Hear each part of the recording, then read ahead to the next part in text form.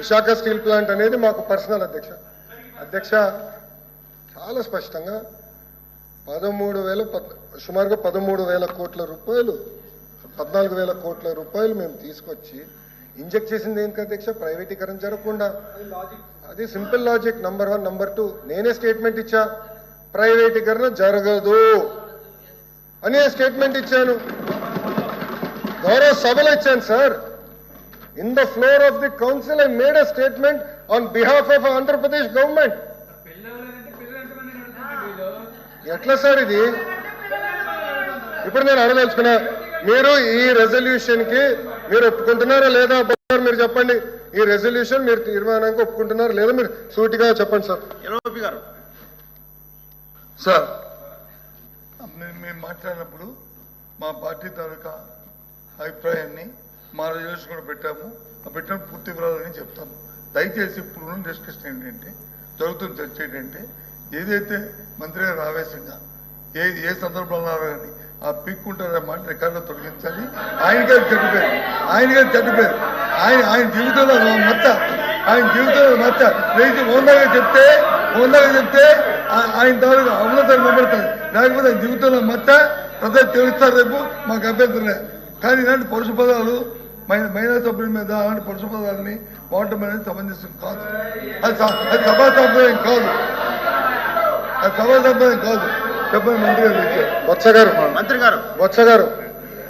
మీరు మంత్రిగా ఉన్నప్పుడు శాసనసభ సాక్షిగా మా అమ్మను అవమానించినప్పుడు మీరు ఏం చేశారు సార్? మా తల్లిని అవమానించినప్పుడు ఏం చేశారు అంటున్నా? మీరు మారుతారా? మహిళల గురించి మీరు మారుతారా? నేను కళ్యాణి గారు అన్నాను. నాకు మహిళలు గౌరవిస్తాం మా అమ్మ నాకు నేర్పించింది సార్. మీ నాయకుడికి నేర్పించలేదేమో, నాకు నేర్పించారు. మహిళలను ఎట్లా గౌరవించాలో నాకు తెలుసు సార్. శాసనసభ సాక్షిగా మా తల్లిని అవమానించారు. కావాలంటే video will play it now. Audio ఉంది దాంట్లో క్లియర్ గా.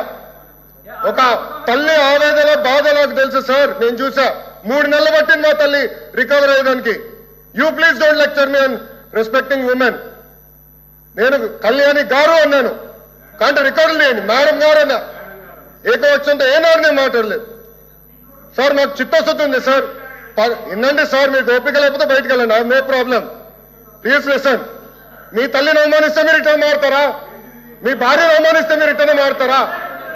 మీరు మాకు లెక్చర్లు ఇస్తారా? నేను మేడం గారు అన్నాను, కళ్యాణి గారు అన్నాను. సార్ ఏమన్నారు? మేడం గారిని అన్నాను. నేను మేడం గారిని ఏనాడు అనలేదు.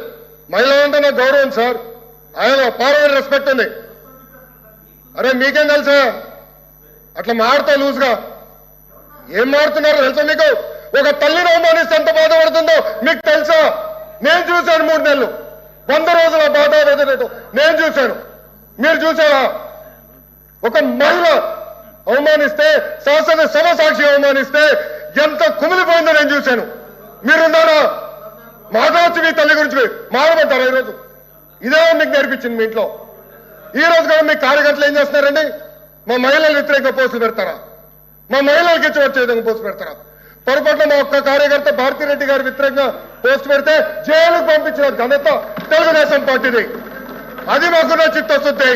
మీలో కాదు. మహిళలు తిడితే ఆనందపడితే వ్యక్తులు మేము కానే కాదు. ఆ రోజు మంత్రిగా ఉన్నాడు ఈయన. నుంచిన ఆ రోజు చెప్పాల్సి సార్. వీడియో నా దగ్గర ఉంది. I'm ready. డిబేట్ చేద్దాం. అరే చైర్మన్ గారి టేబుల్ పైకి వెళ్ళారు సార్. మీరు మారుతారు. ఇదే టేబుల్ మీద నుంచున్నాడు ఒక మంత్రి. ఈయన ఆయన కూర్చుంటున్న టేబుల్ మీద నుంచున్నాడు.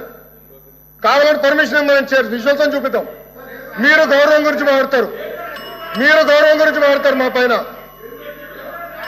మహిళలు నేను అవమానించానంటారు. మీరు ఏమిన్నారో నాకు దేవుడికే తెలియాలా. నేను చాలా క్లారిటీగా చెప్పాను. మహిళలు అంటే నాకు గౌరవం. ఏదంటే అది మాట్లాడడానికి నేను లేదు. నేను సూటిగా మిమ్మల్ని ప్రశ్నిస్తున్నా. మీరు రెజల్యూషన్కి కేంద్రంలో ఉన్న నరేంద్ర మోడీ గారికి పెట్టిన రెజల్యూషన్, ఆయన థ్యాంక్ యూ చెప్తున్న పెట్టిన రెజల్యూషన్ ఆమోదిస్తున్నారు లేదా? మీరు చెప్పండి. ఎల్ఓపి గారు ప్లీజ్. అధ్యక్ష,